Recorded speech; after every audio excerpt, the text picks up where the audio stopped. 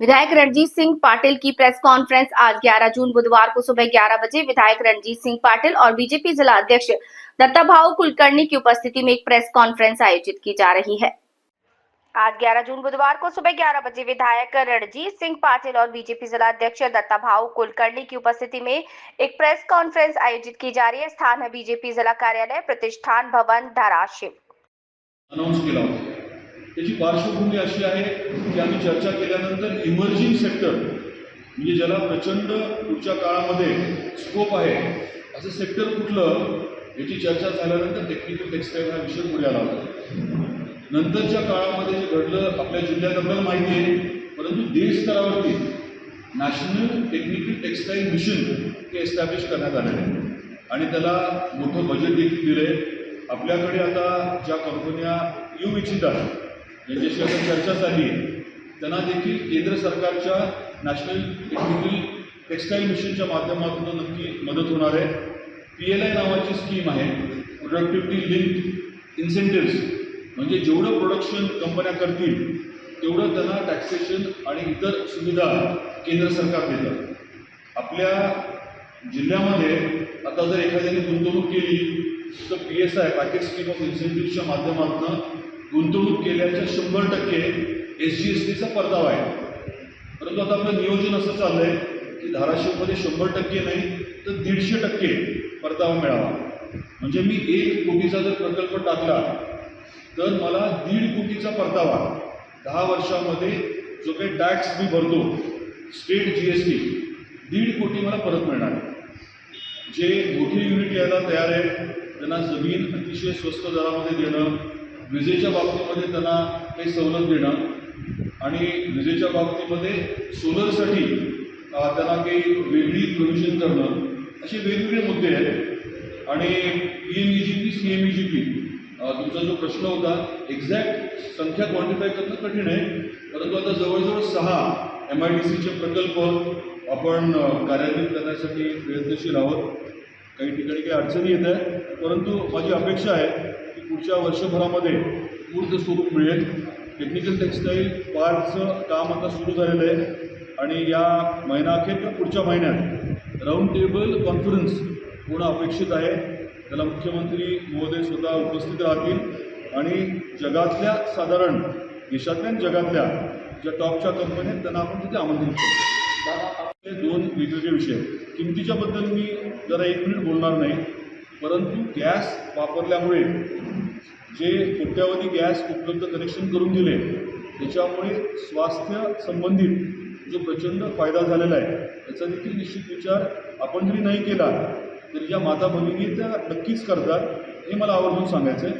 सबसिडीच्या बाबतीत फिगर माझ्याकडे आता उपलब्ध नाही आहे, पण तुम्हाला उपलब्ध करून देईल। त्याच्याबद्दल मी आता लगेच नाही सांगू शकणार, पण माहिती घेऊन बोलतो मी। आम्ही एक्झॅक्ट रक्कम कशी सांगू शकणार नाही, परंतु जे आपल्याला मिळालं आहे त्याची माहिती आपल्याला आवर्जून आज देतो, म्हणजे ती मग आपल्याला योग्य पद्धतीने छापता येईल। नॅशनल हायवे किती किलोमीटर, किती हजार कोटी, आता रेल्वेचं तर काम चालू आहे, रेल्वेच्या स्टेशनचं आपण बघितलं जे आता नूतनीकरण केलेलं आहे, ही महत्त्वाची कामं आहे। आणि बाकी मग इतर तेवढीच महत्त्वाची जी प्रधानमंत्री ग्राम सडक योजना आहे, मोठं काम आहे। जलजीवन मिशनच्या माध्यमातून चालू असलेलं काम आहे। आपलं महावितरणला RDSSच्या माध्यमातून जो निधी केंद्र सरकारकडून मिळतो आहे, असे वेगवेगळे पैलू आहेत। प्रत्येक विषयाच्या माध्यमातून पूर्ण देशामध्ये प्रत्येक क्षेत्रात, आता क्रीडा क्षेत्र असेल, इतिहासामध्ये पहिल्यांदाच एवढे मोठे मेडल्स पदक जे आहेत एवढ्या मोठ्या संख्येने पहिल्यांदाच होऊ शकलं। का झालं? कारण मोदी साहेबांनी त्या विषयाकडे आवर्जून लक्ष दिलं। शौचालयासारखा विषय जरी लहान वाटत असला तरी किती मोठा आणि महत्त्वाचा आहे। माता भगिनींच्या अनुषंगाने त्या विषयाला योग्य महत्त्व देऊन नुसतं चर्चा न करता प्रत्यक्षात निधी उपलब्ध करून जे देशभर शौचालय उपलब्ध केले त्याचा मोठा इम्पॅक्ट जो आहे, अगदी स्वास्थ्याच्या अनुषंगाने सुद्धा प्रचंड मोठा त्याचा फायदा जो आहे तो झालेला आहे। त्यामुळे हे सर्व वेगवेगळे विषय आहेत आणि खास करून आपल्या जिल्ह्याशी संबंधित जे विषय आहेत ते आवर्जून आपण हायलाईट करावे अशी विनंती आहे। आत्ताचं जे नियोजन आहे कोल्ड स्टोरेजचं, त्याच्यामध्ये थेट केंद्र सरकार आणि मोदी साहेबांच्या अंतर्गत असलेलं मंत्रालय काम करतं आहे. तर आपल्या जिल्ह्याचा आर्थिक चेहरामोहरा बदलण्याच्या अनुषंगाने जी कामं चालली आहेत त्या बाबतीत देखील आपण जनतेपर्यंत माहिती पोचवावी अशी आवर्जून मी अपेक्षा व्यक्त करतो आणि आपले काही प्रश्न असतील तर जरूर आपण विचारावे अशी आपल्या सर्वांना विनंती आहे. देश पातळीवर समाज जीवनाचा बदल करणारे आम्हाला काही निर्णय झाले, अशा निर्णयांची चर्चा करण्यासाठी आणि त्याचा आपल्या जिल्ह्याला झालेला लाभ याविषयीची माहिती देण्यासाठी आजची ही पत्रकार परिषद आहे. या पत्रकार परिषदेला भारतीय जनता पार्टीचे नेते आमदार माननीय श्री रणजितसिंह पाटील आपल्या सगळ्यांसोबत याविषयी संवाद साधला.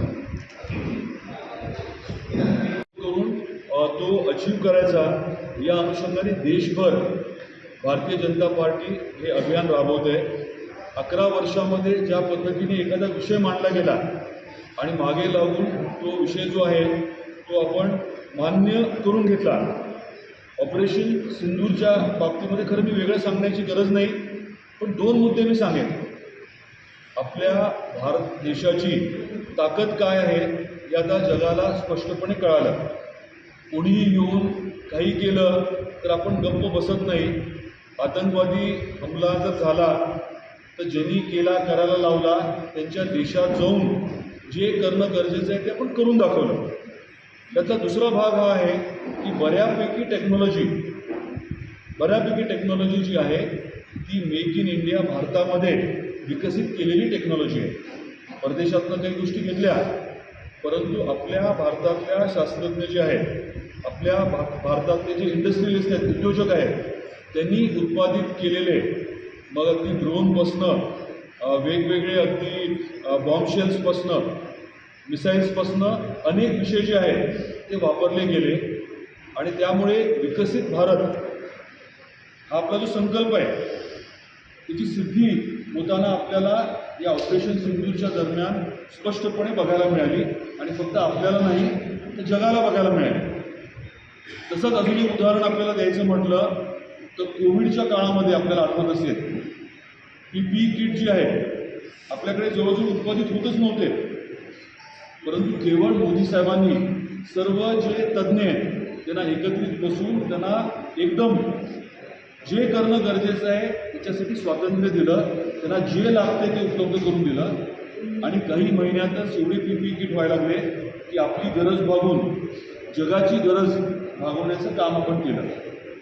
त्यामुळे हे संकल्प से सिद्धी हा देश स्तरावरचा जो कार्यक्रम आहे तो आपल्याला आपल्या जिल्ह्यात तर राबवायचाच आहे, आपण राबवतोय, परंतु तो प्रत्येक गावापर्यंत नेण्याची जबाबदारी जी आहे ती भारतीय जनता पार्टीने स्वीकारलेली आहे आणि त्या अनुषंगाने आमचे कार्यक्रम जे आहेत ते पूर्ण जिल्हाभर आता कार्यान्वित होणार आहेत. हे देखील आपल्याला आवर्जून सांगायचं आहे.